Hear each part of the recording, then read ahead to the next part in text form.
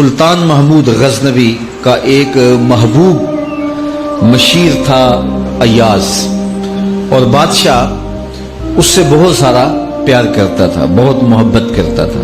باقی جو وزیر تھے، مشیر تھے، آیان سلطنت تھے، وہ حسد کرتے تھے کہ اس میں کون سی خوبی دیکھ لی بادشاہ نے کہ اس سے خاص طور پہ پیار کرتا ہے۔ تو گاہے گاہے ان کا حسد ان کی باتوں سے، ان کے عمل سے ظاہر ہوتا رہتا، اور بادشاہ اس کا ملاحظہ کرتا۔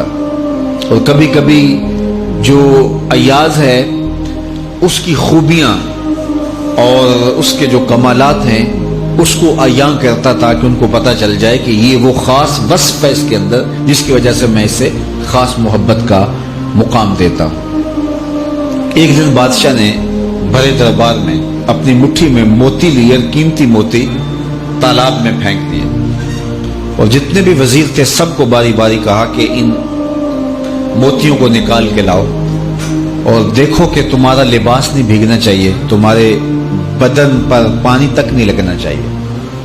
تو انہوں نے کہا کہ یہ کیسے ہوگا کہ تالاب کی تہ سے موتی نکال کے لائیں اور کپڑے بھی بھیگے نہ ہوں، گیلے نہ ہوں، اور بدن بھی گیلا نہ ہو اور بدن بھیگے بھی نہ، تو یہ کیسے ہو سکتا ہے؟ پھر دوسرے کہا، اس نے بھی معذرت کی کہ یہ کیسے ہو سکتا ہے، شرط ہی آپ نے ایسے رکھ دی کہ موتی تہ سے نکال کے لانے اور بدن بھی بھیگنے نہ پائے، لباس بھی گیلا نہ ہو، تو یہ کیسے ہو سکتا ہے؟ تیسرے کو، چوتھے کو، پانچویں کو، سب کو کہا، سب نے یہ کہا کہ یہ ممکن نہیں ہے۔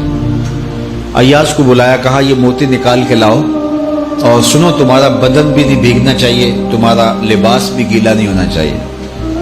اس نے فوراً چھلانگ لگائی، موتی نکالے، بادشاہ کے سامنے پیش کر دیے۔ بدن نچڑ رہا ہے اور لباس سے پانی کے قطرے ٹپک رہے ہیں۔ بادشاہ نے بڑے غصے سے کہا، ایاز میں نے کہا تھا موتی نکالو، اور بدن بھی گیلا نہیں ہونا چاہیے، کپڑے بھی نہیں بھیگنے چاہیے، اور تمہارا لباس بھی بھیگ گیا، تمہارا بدن بھی جو ہے وہ پانی سے تر بتر ہو گیا۔ تو ایاز نے کہا، بادشاہ سلامت، آپ نے دو حکم دیے تھے، ایک کہ موتی نکال کے لانا ہے، دوسرا حکم یہ تھا کہ کپڑے نہیں بھیگنے چاہیے۔ میں موتی لا کے پیش کر دی ہیں، باقی جو کپڑے اور بدن بھیگ گیا ہے اس کی میں معافی چاہتا ہوں۔ کہا یہ خوبی ہے اس کے اندر۔ تو انسان کو نیکی کرنے کا حکم دیا گیا، اور نفس رکھا گیا، اندر خواہشات رکھی گئی، آرزویں رکھی گئیں۔ تو نفس لوامہ وہ ہے کہ جو نیکی کے موتی تو نکال لیتا ہے، اور اگر اس دوران اس سے کوئی بدی ہو جاتی ہے تو ہاتھ جوڑ کے کھڑا ہو جاتا ہے، مالک جو گناہ ہو گیا اس کی میں معافی چاہتا ہوں۔ تو اللہ کہتا ہے مجھے اس نفس لوامہ پہ پیار آتا ہے جو گناہ کرنے کے بعد میرے حضور شرمندگی کا اظہار کرتا ہے۔ وہ کہتے ہیں کوئی بندہ صبح فجر کے وقت اٹھنے لگا نا، تو کبھی اس کی نماز قضا نہیں ہوئی تھی، شیطان نے آ کے اس کے اوپر تھپکیاں دینے شروع کر دیں اور اس کو سلا دیا، حتیٰ کہ نماز کا وقت گزر گیا۔ ادھر سورج طلوع ہو گیا تو شیطان کا کام مکمل ہو گیا، وہ اٹھا تو دیکھا سورج چڑھ گیا ہے، تو اس نے جلدی جلدی وضو کیا، مصلی بچھایا، قضا نماز پڑھی، اور بار بار روئے اور اللہ سے معافی مانگے کہ میرے مالک میری نماز چلی گئی، میں نے جیسے بھی قضا پڑھ لی تو قبول کر لے۔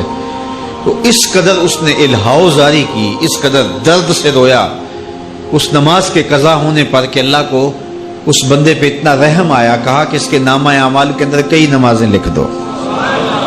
اس کا یہ درد، نماز کے چھوٹنے پہ اس کی یہ کیفیت۔ تو اگلا دن ہوا تو ابھی اذان ہی ہوئی تھی کہ شیطان آ گیا اور اس کو کہنے لگا جلدی جلدی اٹھ اور نماز پڑھ لے۔ تو بات یہ ہے کہ جو گناہ کرنے کے بعد ملامت پیدا ہوتی ہے وہ ملامت اللہ کو پسند ہے۔ نیکی کرنے کے بعد اگر عجب پیدا ہو جائے، تکبر پیدا ہو جائے، ریا پیدا ہو جائے، تو اس نیکی سے وہ گناہ اچھا ہوا کہ جس کے بعد ملامت پیدا ہو جائے، جس کے بعد شرمندگی پیدا ہو جائے، اور انسان توبہ کی طرف چلا جائے اور اللہ کے حضور